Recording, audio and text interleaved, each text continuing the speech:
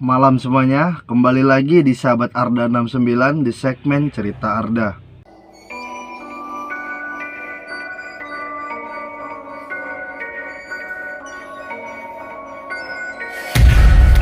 Di kesempatan malam ini saya mau bercerita tentang kejadian horor yang pernah saya alami. Itu sekitar 2 tahun lalu bro. Waktu saya masih kerja bawa mobil setoran.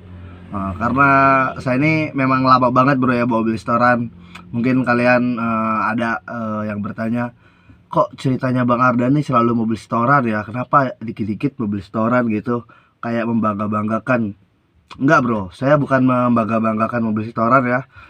Gimana sih, memang saya tuh lama mobil setoran, terbiasa megang mobil sendiri gitu loh. Maksudnya megang mobil sendiri ini gini, bos ini cuma ngasih mobil, saya nyari muatan gitu, sistem store. Saya sering kayak gitu, makanya di setiap konten-konten saya itu banyak tentang kisah saya di masa lalu, waktu bawa mobil setoran ini.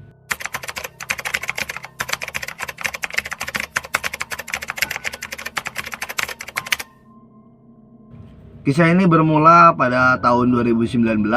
Saya bawa muatan dari daerah Jakarta ya bro. Itu saya muat Ciki.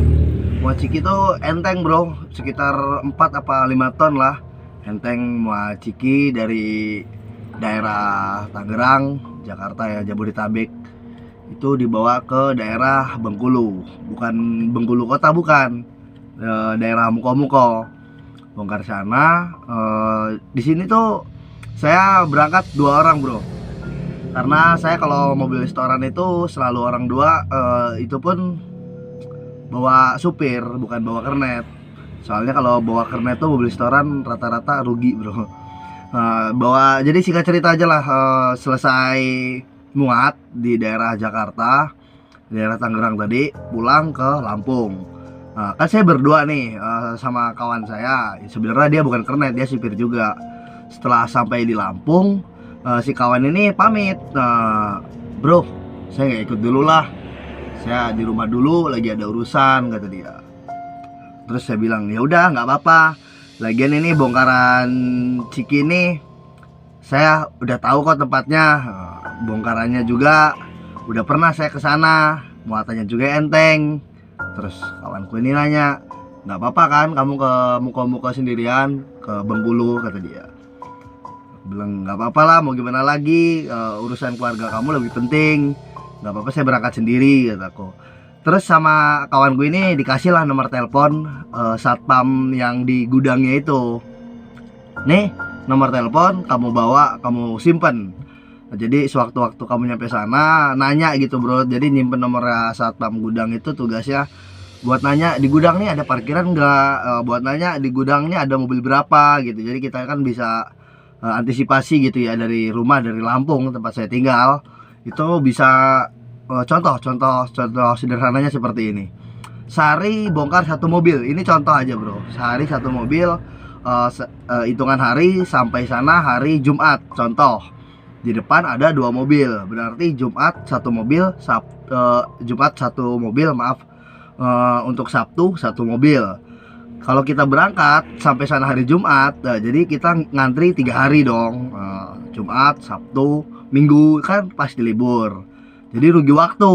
Maka dari itu nyimpen nomor satpam tadi buat nanya di depan ada mobil berapa, atau bisa nggak nih langsung parkir ke dalam gudang gitu. Jangan sampai parkir di pinggir jalan kan.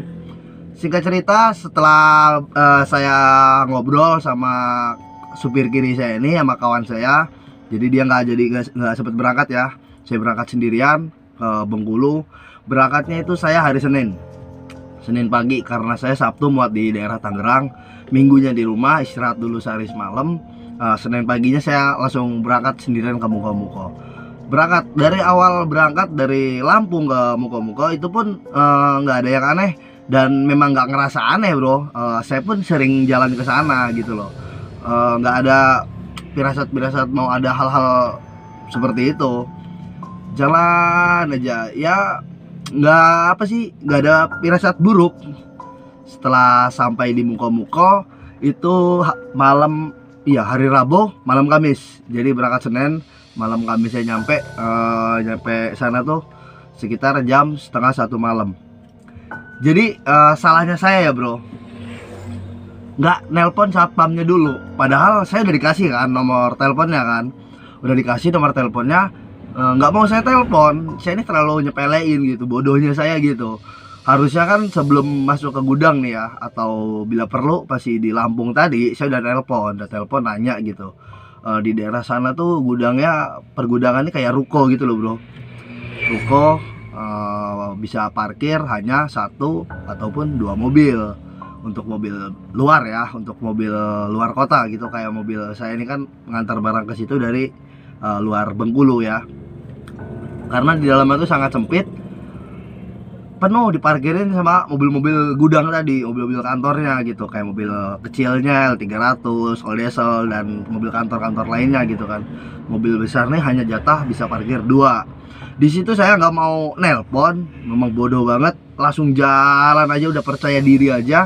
Karena waktu hari di saya muat itu memang nggak ada kiriman ke daerah Muko-Muko, itu nggak ada, cuman saya. Jadi saya ini terlalu pede banget, nggak ada mobil sampai sana, langsung parkir di gudang, langsung tidur gitu.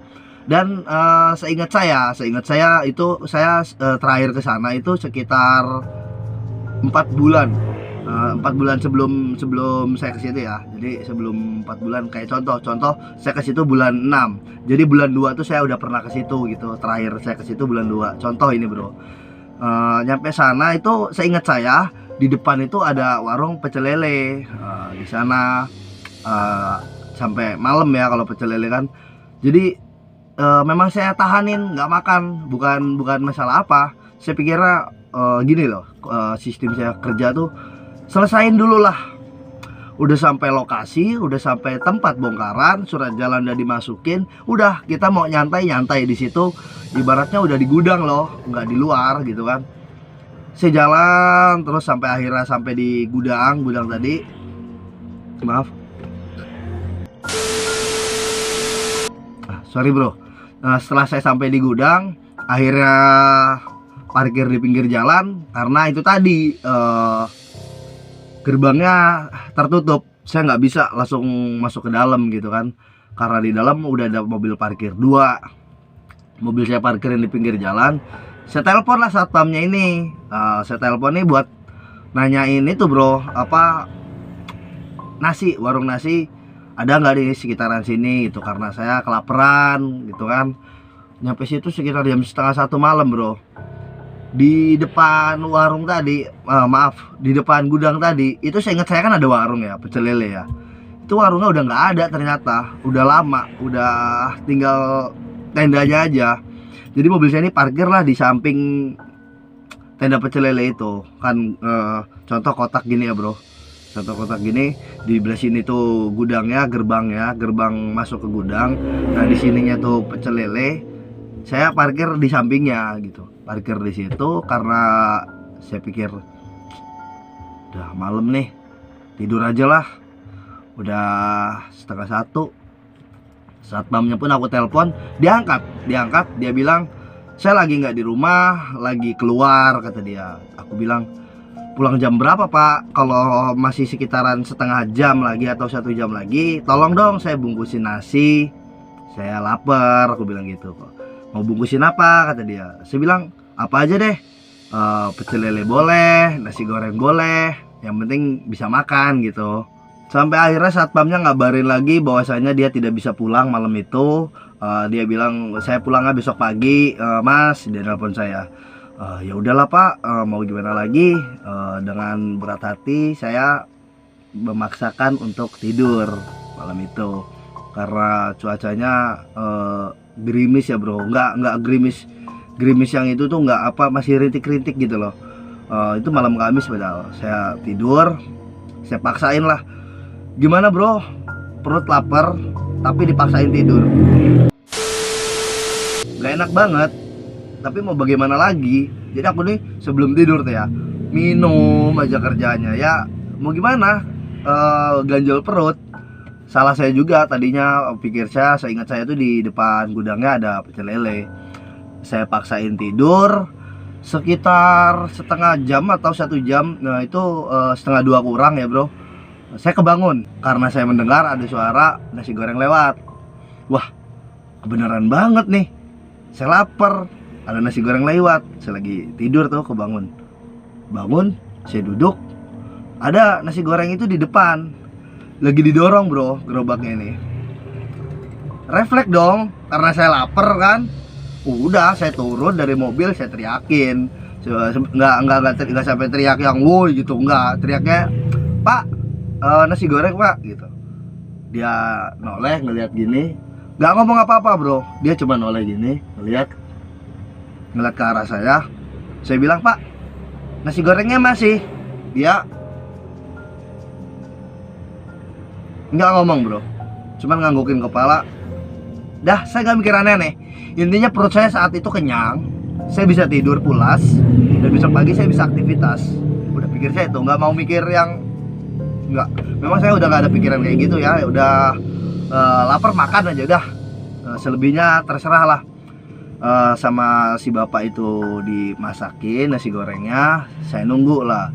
Ini yang bikin saya heran bro ya, waktu pemasakan nasi goreng itu kenapa lama bro, lama bener. Ini yang saya ingat saya ya, dia tuh masak tuh kayak bolak-balik nuangin apa sih, minyak itu bro. Minyak buat nasi goreng itu kan ada di botolnya itu ya, bukan minyak goreng mah, bukan.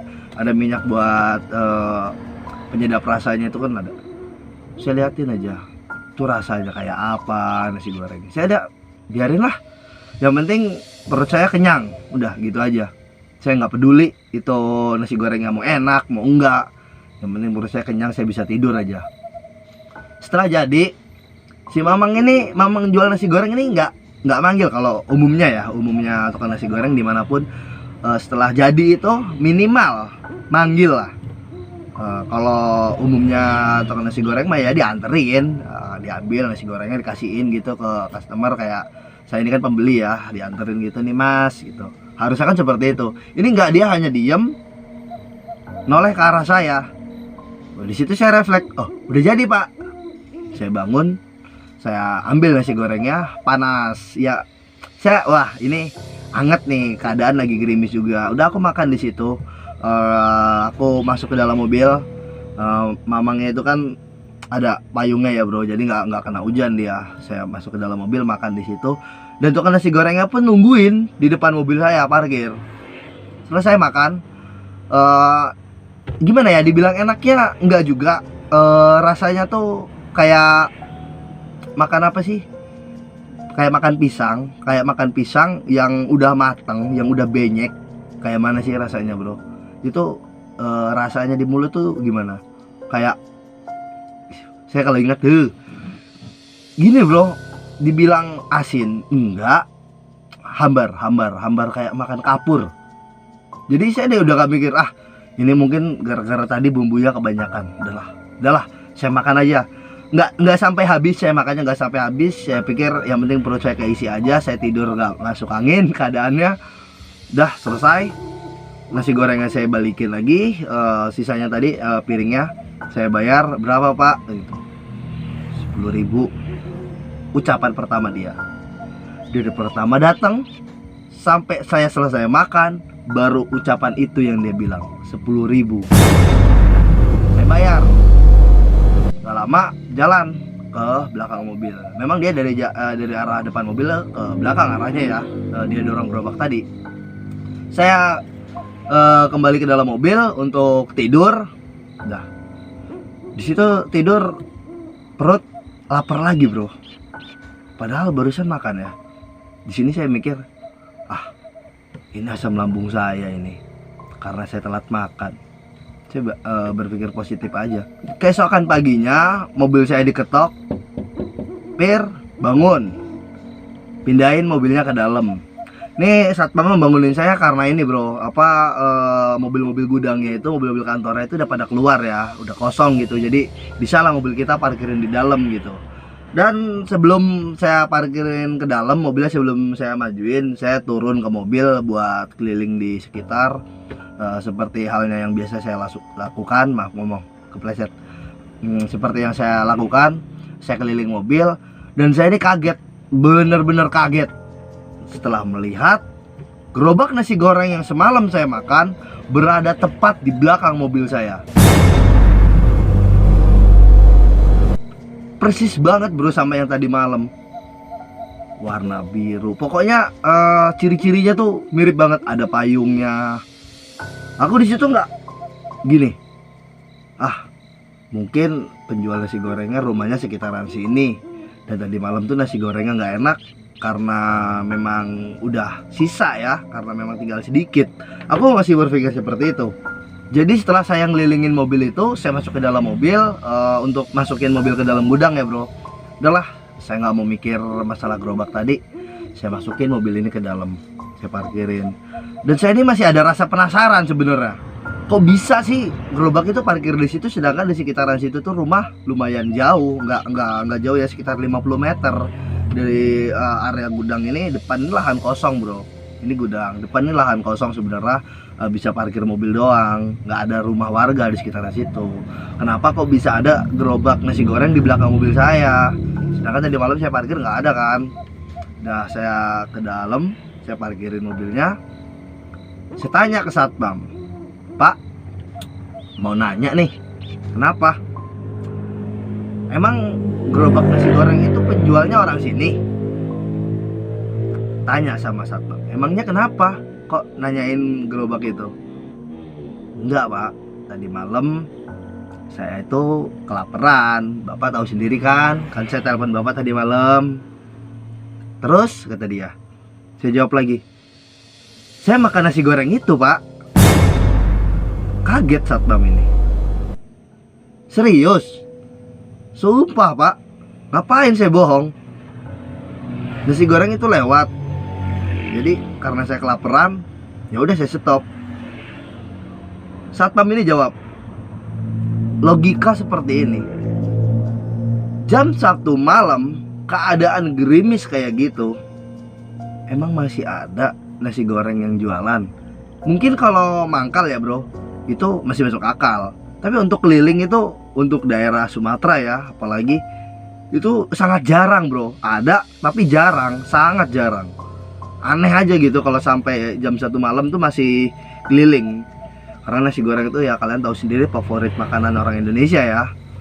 Di situ aku, emang ada cerita apa pak di balik gerobak nasi goreng itu?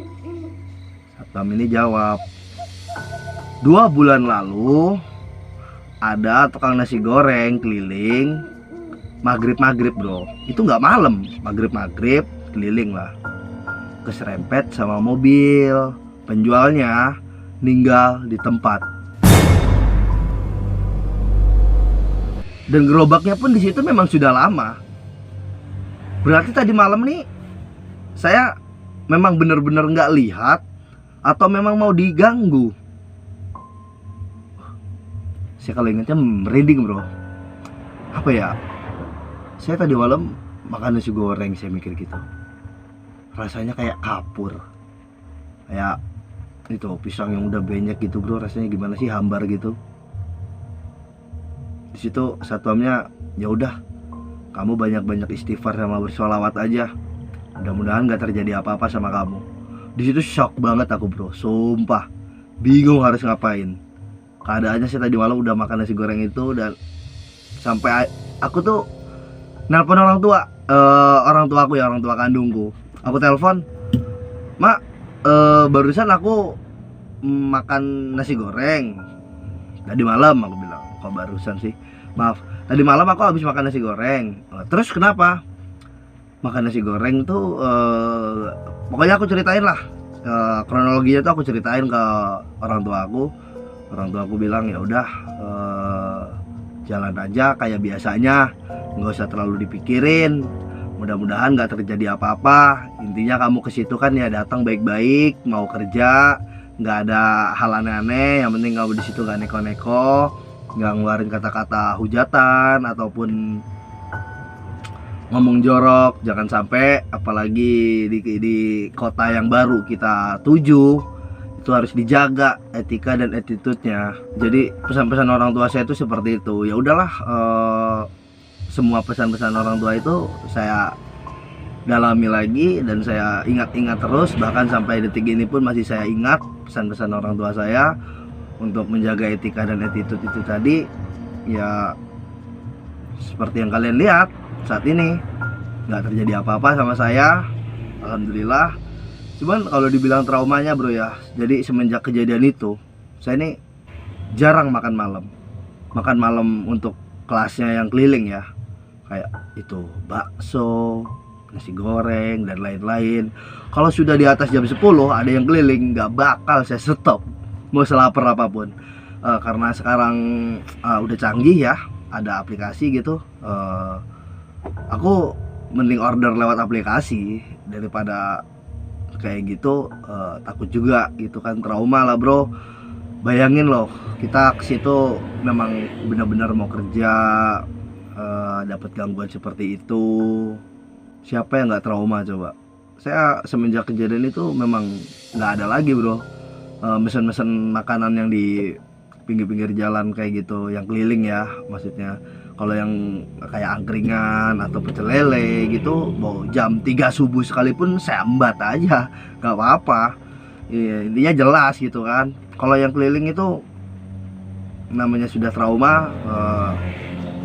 Mudah-mudahan hal seperti ini hanya terjadi sama saya dan tidak terjadi sama kalian semua. Saya rasa segitu aja ceritanya dari saya. Terima kasih buat kalian semua. Saat ini sahabat Ardan 69 sudah 23.000 subscriber bro. Mantap. Terima kasih semua, kalian tuh baik banget sama saya, selalu support saya, selalu dukung saya. Dan saya nggak bisa ngomong apa-apa bro. Intinya saya ucapkan banyak-banyak terima kasih buat kalian yang subscribe channel ini. Share ya sama teman-teman kalian. Siapa tahu teman-teman kalian juga bisa terhibur dengan konten-konten saya yang apa adanya. Buat yang nagih-nagih kamera, pada nanya ini, gini bro, spek HP saya ini kecil, kentang banget lah, cara anak zaman sekarang tuh ngomongnya kentang banget. Jadi kalau untuk buat pengeditan durasi lebih dari setengah jam itu gampang nge-lag, gampang panas, HP-nya gampang mati sendiri. Jadi ya saya meminta izin sama kalian semua, karena uang AdSense ini bukan uang saya ya bro, ini uang milik kita semua. Saya ini hanya diberi kepercayaan sama kalian untuk menjadi content creator. Jadi saya inisiatif seperti ini bro. Uang itu mau saya buat beli HP. Insya Allah bulan depan, jika uangnya sudah terkumpul cukup, uangnya saya tabung bro, nggak saya pakai. Saya pakai buat beli HP nanti, biar kualitas videonya lebih bagus, durasinya bisa lebih panjang. Itu banyak banget yang minta bang durasi panjang. Saya bukan nggak mau ngasih bro. Kayak yang kemarin durasi yang 55 menit itu ya hampir 1 jam, itu kualitas gambarnya jelek banget. Saya aja kecewa banget. Saya sendiri penyedia videonya aja kecewa banget, karena merasa gimana ya, mengecewakan kalian gitu dengan hasil video saya seperti itu. Itu bukan tanpa alasan bro. Memang kekuatan HP saya segitu.